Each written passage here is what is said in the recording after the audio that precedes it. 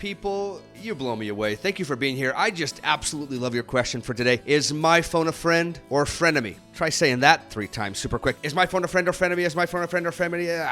I'm terrible. Anyways, genius question. I'm happy to provide you with some thoughts and ideas that you can either take or not take. But at first glance, my immediate response to your question is, well, it just depends on how you use it, right? And my objective today is to help you be aware of some of the dangers that are lurking under the water. More on that in a minute, I promise, and how to best use this incredible tool that is never more than a few feet away from you at any time during the day or night. Okay, quick question. Do you know what a wildebeest is? The wildebeest is a deer-like animal that lives in the plains of Africa, and every year it migrates in search of water and better places to find food. This is a huge migration, and there are huge challenges, including some really large fat cats that follow the migration and hunt them. The wildebeest are hungry, they're thirsty, and at some point they near the Mara River. They see the water they want to drink, but they don't immediately rush in. You can see that they're a bit skittish and scared, but soon enough some wildebeest do go, and they begin to drink and even wade into the river itself. But there are giants in that river just lurking and waiting. What happens next is like drama you've never seen. Giant Nile crocodiles, some over 20 feet long and weighing over 1,600 pounds. A Nile crocodile's bite is roughly 30 times stronger than a human's. I don't know if you've ever been bitten by a person, but it is painful.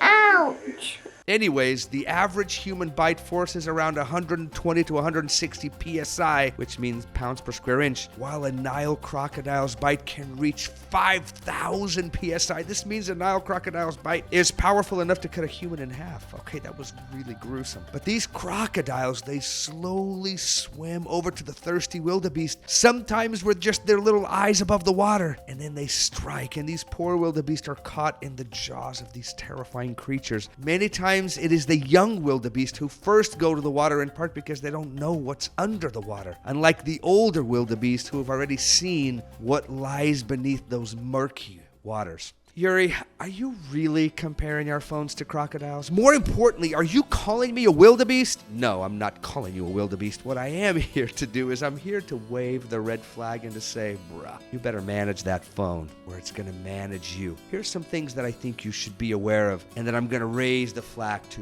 Number 1, and just hear me out, scams. I know you're super smart, and in your mind you're thinking to yourself, Yuri, I would never fall for a scam, but the reality is that people like you and I fall for them. People asking you for money, promising you money back, people charming you and telling you how wonderful, awesome, beautiful, attractive you are, and then asking you to send pictures of yourself, sometimes inappropriate pictures of yourself, promising you fame, money, modeling, etc. I've seen this happen so many times, and sometimes with tragic consequences for teens who are caught in this trap and then blackmailed that if they don't pay a certain amount of money, all of those images are going to be released to friends, family, community, and the world. Please, please use your parents or people you trust before you do anything like that. Just hear me out. Unfortunately, there are people out there who are not well. They're unwell and who would try to take advantage of you. I wish this wasn't true, but it is, and it's sad. Number 2, inappropriate content. Phones, internet, and social media are full of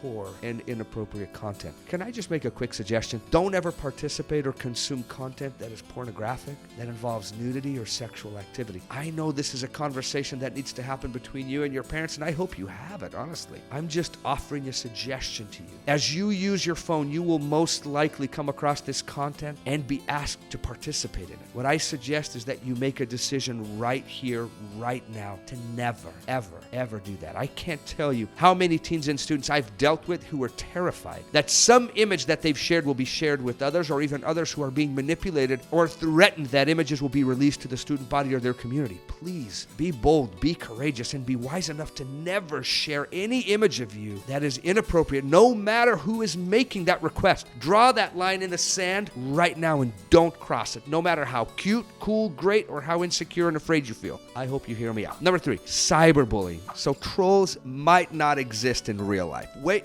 What? Yeah, they're not real. But they are alive and well on the internet and on social media. An internet troll is someone who posts rude, unkind, demeaning, and offensive content online, on social media, or even on text threads. Imagine a playground. A troll is like the kid who loves to tease, bully, insult, and bother others. If you're doing these kinds of things on your social media accounts or over text or email, don't try to excuse yourself and say things like, man, I'm just being honest, or authentic, or that person brought it on themselves. My friendly suggestion here is don't be that person. Be a better version of yourself and let the best of you lead the rest of you. If you are part of text chats, groups, or other places where this is happening, please do yourself a solid and leave those muddy waters and search for cleaner waters. Number 4, social and mental health impact. I'll be super honest here. You don't have to be a rocket scientist to see the clues that cell phones and social media are more like antisocial devices. In other words, our phones are separating us from the people, the circumstances, and the places we're in. Let me give you an example. About a year ago, I took about 400 teens on a 3-day camping and hiking trip. We're talking teens here. I mean, it was one of the coolest things I've ever done. No cell phones were allowed on that trip. Maybe you're thinking to yourself, man, I would have gone crazy. Well, maybe not. Every night we would get together and do a huge dinner, and you can imagine how much food that was. I remember one night walking over to where people were having dinner, and the amount of chatter and laughter in the air was just electric and fun. Compare that with a 9-hour car drive that I just recently did with a car full of teens. You could literally hear a pin drop in that car as each and every single teen was completely absorbed in their phone, on Netflix, with earpods, on Spotify, whatever, playing a game on Insta, Snap, YouTube, or whatever it was. Everyone in their own little world, in their own little tower, completely absorbed in these incredible devices that are simply remarkable. They are remarkable. One of these researchers talks about frequently arriving early to give a lecture at her college class, only to find a room of 30 plus students sitting together in complete silence, all of them absorbed in their smartphone, afraid to speak or to be heard by their classmates. So to me, it's obvious why some of you say that you're feeling more isolated, less socially confident, more socially anxious. Sherry Turkle, who's one of these researchers, says it best as she describes what smartphones have done to us. She says, we are forever elsewhere. When you are in your phone, that's exactly where you are. Just like those college students in the classroom, or your classmates in the hallway, or the teens who were in my car. Their bodies were there, but their minds, their attention, their focus was elsewhere. I always tell people the quickest way for you to be miserable right here and right now is for you to wish to be somewhere else, or to be mentally elsewhere. I get it. It's hard to say no to 100% captivating entertainment all the time. As one of my kids says, man, Dad, the special effects are just better on the phone. My dear friends, my humble suggestion for you is to not allow this to become your reality. Your happiness, your life purpose, your success, your confidence, your courage, your skills are not on that phone. They are out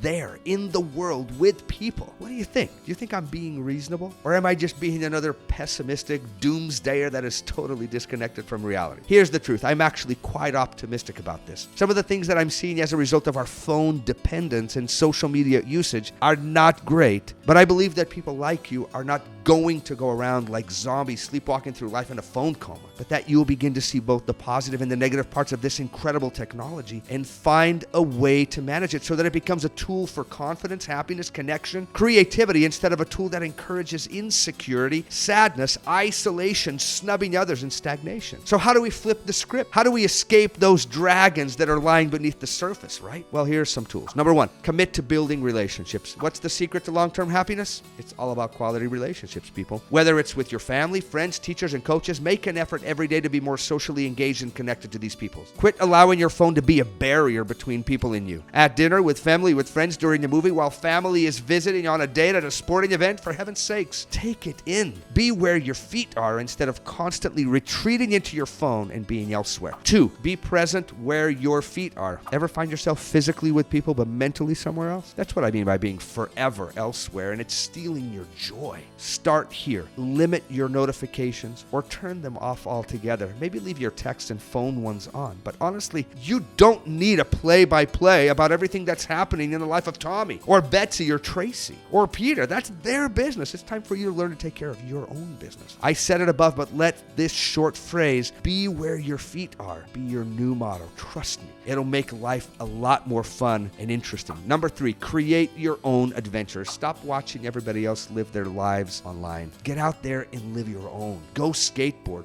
go play the guitar, go hike, go camp, whatever excites you. Watching others won't build your confidence or skills, but doing it yourself will. It's time to make your own memories and find what you're passionate about. Number 4, use your phone to enhance your life, not drain it. Your phone is a tool. Use it to connect, to learn, to grow, not as a crutch that distracts you from real life. Look up, engage with the world around you, and remember that the best memories are happening outside of that screen. Use your phone to capture memories, not to miss them. 5, set limits and take control. Phones are designed to create personal habits. They are slick, easy to use, and always within reach. To be honest, you're being trained, kind of like a puppy. Seriously, Yuri, first you accuse me of being a wildebeest and now a dog? I've had enough of your violence. Hey, I got you. I just want to point out that the moment that phone buzzes, tweets, snaps, jingles, you jump, ready to obey. Here's the challenge. It's time for you to flip the script and train your phone. How do you do that? Well, you set up screen times